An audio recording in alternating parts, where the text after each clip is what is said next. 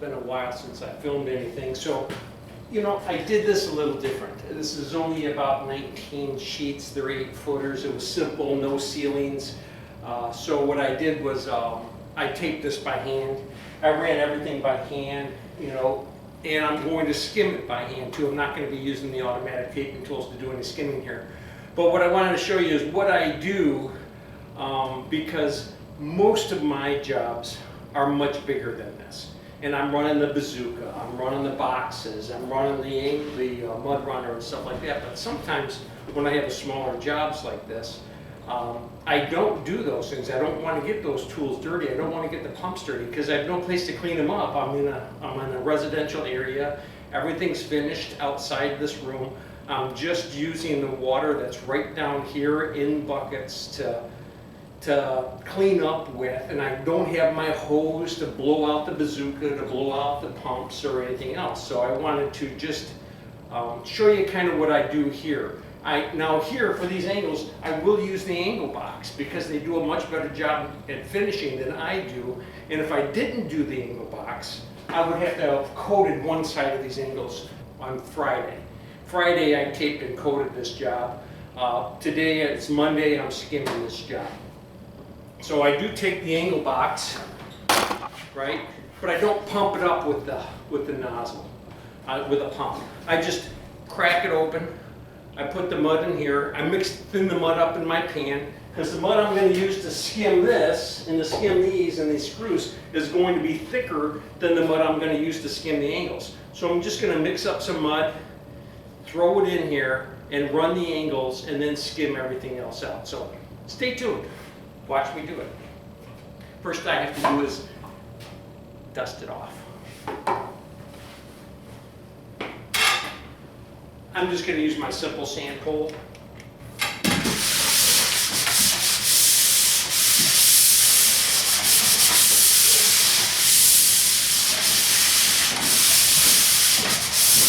And all I'm trying to do is knock off the boogers that are going to create scratches when I go to skim this thing.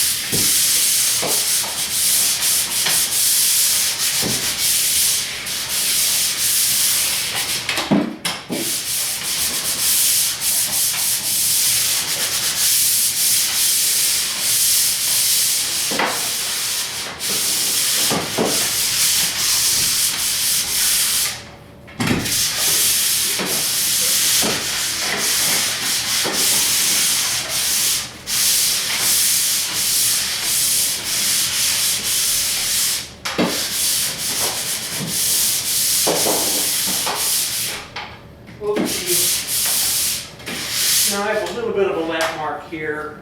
You probably can't see it. So whenever I have the lap mark, I give it just a little bit more. I'm going to stop right there because you can't see me anymore off that. Now I'm just going to mix up a little bit of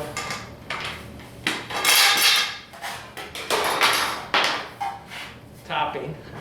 I'm going to add a little water to it. And I know a lot of guys, they have the drill with the cake mixer in there, and they'll sit there and they'll drill this up real quick.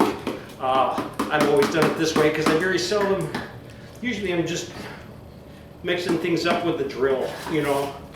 Again, these smaller jobs are not something that I get very often. Most of my jobs, and for most of my builders, are, you know, bigger jobs. So, by the way, if you are looking for work, contact me. I could probably use some help, line up some more work. But I'm going to thin this down very well.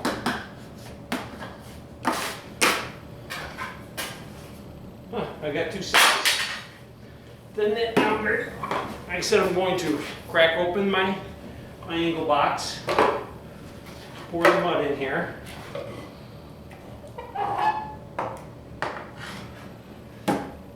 And what it does, it saves me from having to clean the pump up so I don't have to clean the pump up. Because this, what I'm doing here, I've got 1, 2, 3, 4, 5, 6 in a partial angle. It's not going to take much more than what I have in this pan to run all of these angles.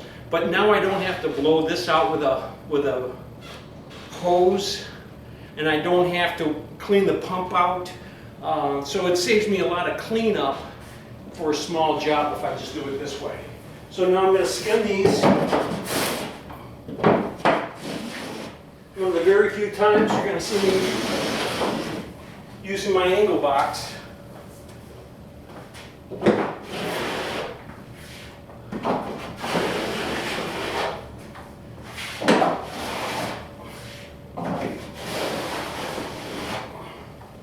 That's all I need. That's all I need.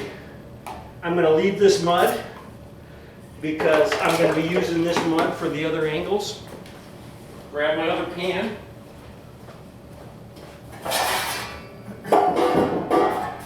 I'll grab my other pan, and I'll grab this mud here, which is a little bit thicker. I like to scoop mud out with this a lot of times, which is a little bit thicker. And now I'm going to skim all of this stuff. Remember these? This is what I learned on, guys. This is what I learned on. And somebody, I was working on a job, he says, hey, I have this big 12-inch knife, and do you want it? Because I will never use it. He's had this thing for years, and the steel is still blue. It's not even rusted. So I thought, you know what? Use it. Let's just let's make a video of it. So I'm going to skim this out now. When you're using one of these knives, guys, you get a strong wrist. You end up shaking somebody's hand, they're like, because they think you're squeezing their hand, and all you're doing is just shaking their hand. But they think you're trying to squeeze their hand because of the fact that you've got such a strong grip from carrying this thing around and using this thing. So, and if you look at my other videos, you remember I've only got one coat on these screws. That's coat number 2. These screws are done. Let's skim this like that. I think the hardest thing about drywall anymore is bending over. And if you're wondering why I don't have very many screws in here, it's because this is all wood framing, and it's glued very heavy. I've got a lot of glue on here. This drywall is not going anywhere. It really is not. So,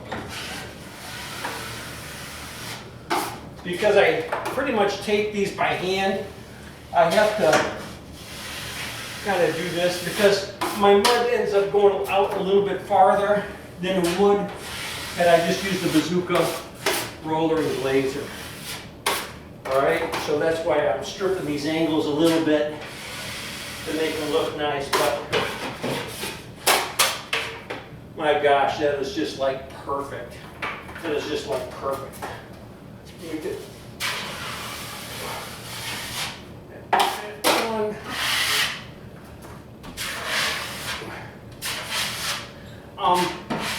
You know, I heard a survey the other day, and it talked about positive, being positive. I mean, positively talking to your friends, your neighbors, your family members, you know, complimenting them, looking at what they're doing right rather than what they're doing wrong, and telling them about it, you know, not telling somebody else, telling them.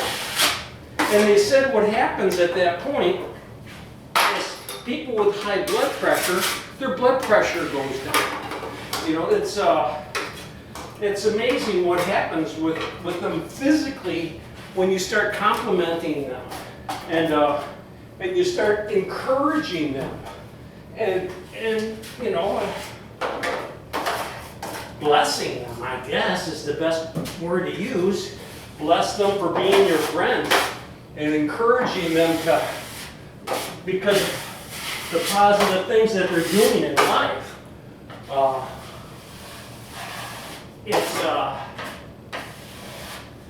Physically, they start to get much healthier. Mentally, emotionally, they just start to get much healthier. It's a good thing, guys. I mean, especially in today's world with what's going on here today. Nobody's ever got anything nice to say about anybody anymore. It's everything's divided and crazy. So I encourage you guys today, just be nice. You know, it takes one negative comment to offset 17 positive comments. Just one negative comment. You can compliment somebody 17 times and then tell them how fat and ugly they are. And you know what? Those 17 compliments meant nothing. Zero. Nothing. So let's encourage one another today. Let's be positive today. It's positively encouraging. Oh, that's Caleb. Wait a minute. That's Caleb.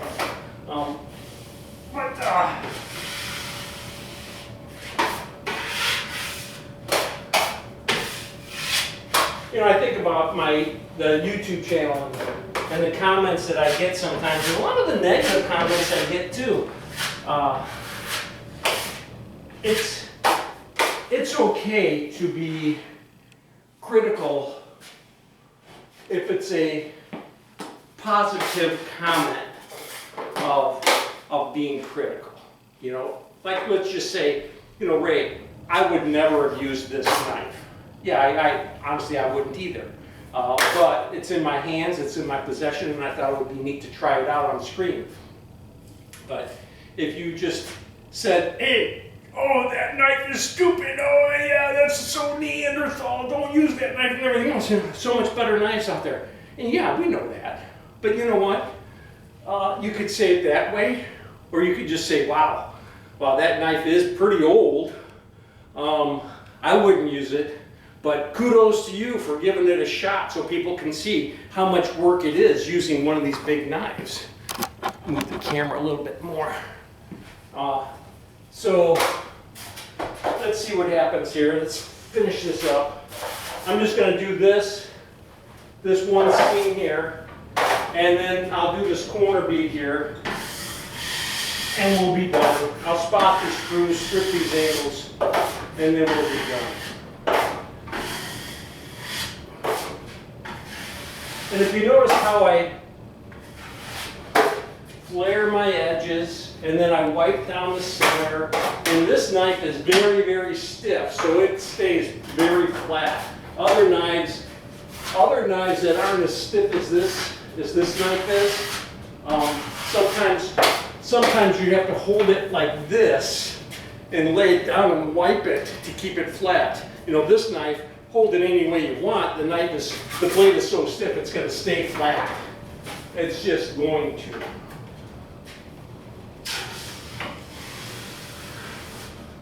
And strip this looking good, guys. It really is. You know, sometimes with this corner bead here, since this is a very short rip of corner bead, I won't use my 10 or my 8 on it. Sometimes I will just use my 6, because using my 6, I not only flare the edge of the angle, I'm able to coat the corner bead too. And it works out really well. I just need a little bit more. Oh, hey, oops, we don't oops here, right? We don't oops here. No oops in here. And take that out. That's really good. Now I'm just having to hit this.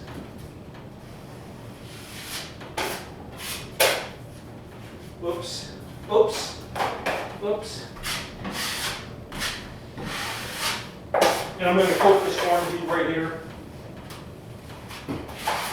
And we're going to have our next video. I haven't posted in a while. I've got some videos up, but they're a big surprise. You guys will be surprised. Just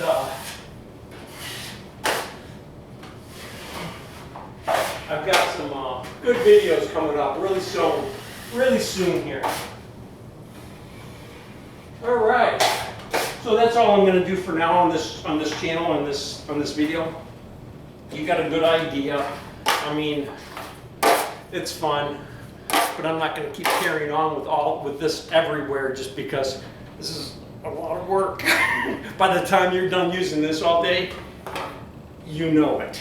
You just know it. So you guys have a good day. You know, before I close on this, I just wanted to give you a close-up on this stuff. I don't know how hard it is to see or how well you can see this, but see how this is even starting to dry already? This is very slick. I will just dust this off. You can see my shadow. Me and my shadow. So it's very slick. There's not going to be any problem sanding this and dusting this down whatsoever. So now you guys have a good day. Hey, if you really like this video, subscribe, and if you really like this video, share it with somebody else. You have a great day.